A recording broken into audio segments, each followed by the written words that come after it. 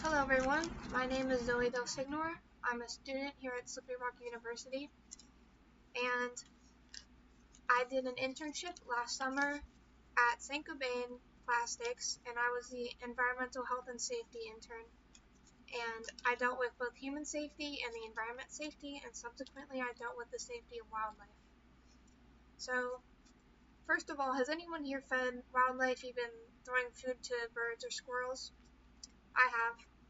I'm sure we all have. But after centuries of feeding wildlife and over a century of wildlife tourism, research has shown that it's more harmful than we first thought.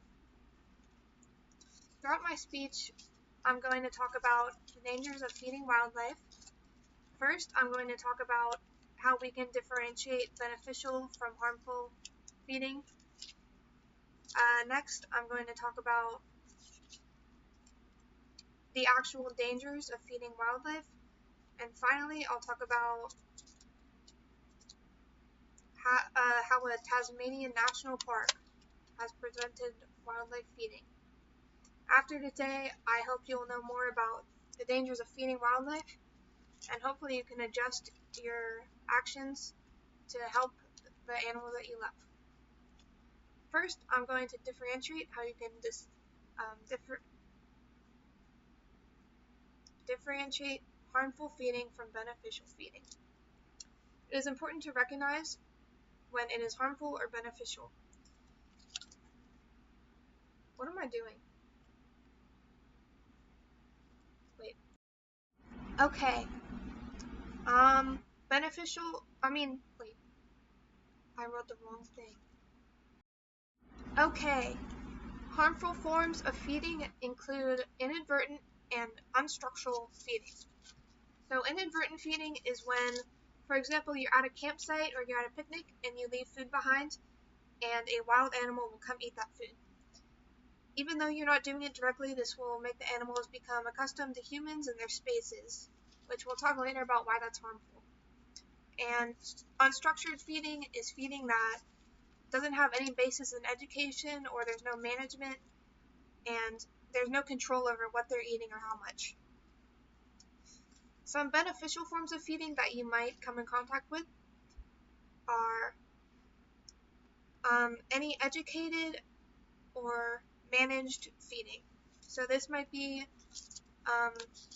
when a ranger is giving you food to feed the animal, and they know how much the animal is eating, and they know that the food will be good for them. And that comes from Newsom in the article To Feed or Not to Feed, a contentious issue in wildlife tourism, written in 2008. Now, let's get into how exactly wildlife is harmed by this practice.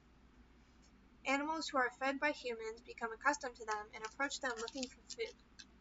This is harmful because when an animal gets accustomed to humans, I wrote more. It can change their behavior. For example, if an animal who hunts a lot is now given food by humans and doesn't have to hunt, they will spend more time resting and overbreeding. So they won't be as active and they will overpopulate.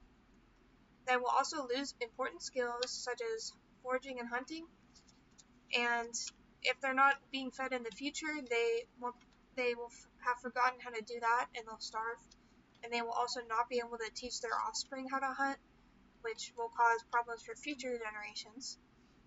They have a narrow range, so they will stick to the same spot where humans are, and they will avoid migration. And there's also a risk of violence, unfortunately, because when animals come up to humans, there are people who will grab them or shoot at them, and even if they're not trying to, cars will hit animals who linger by the roads. In addition, acclimated wildlife can be a danger to humans. There have been cases where wildlife will attack humans because they were denied food or they were startled by something that the humans did, like moving quickly.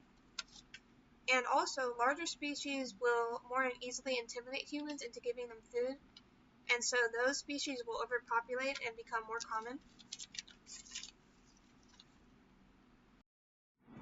And I got that information from Orums in the journal Feeding Wildlife as a Tourism Attractant, a review of issues and impacts written in 2002.